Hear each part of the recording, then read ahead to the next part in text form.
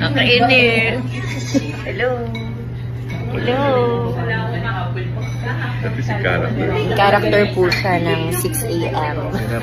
Hi everyone, welcome back to my channel.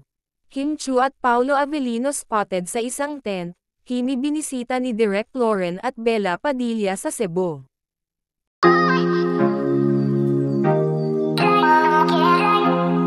Binisita sa Cebu si Kim Chiu sa kanyang kaibigan na si Bella Padilla at ang kanyang tatay-tatayan na si Direk Lauren Jogi. Ilang linggo na ang nakalipas nang magstay ang Kim Pao sa Cebu para sa kanilang taping sa kanilang naturang teleserye. Makikita nga ang isang larawan na talaga nami-miss na ni Kim Chiu ang kanyang tinuturing na ama sa showbiz. Ilang taon na din na naging malapit itong si Kimi kay Direk Lauren.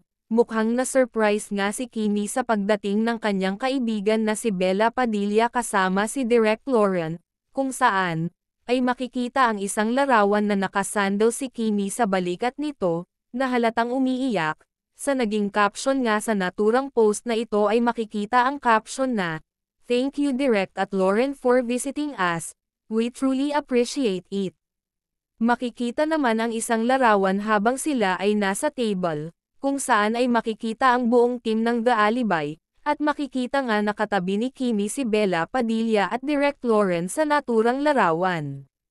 Mapapansin din na wala si Paolo Avellino sa naturang larawan, baka si Paolo mismo ang kumuha ng picture.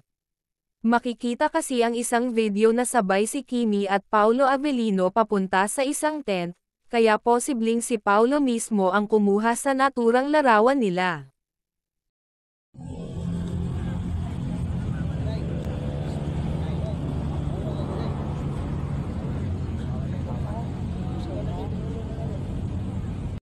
Look who's here in Cebu City.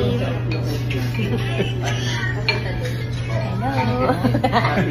Ang kainit. Hello. Hello.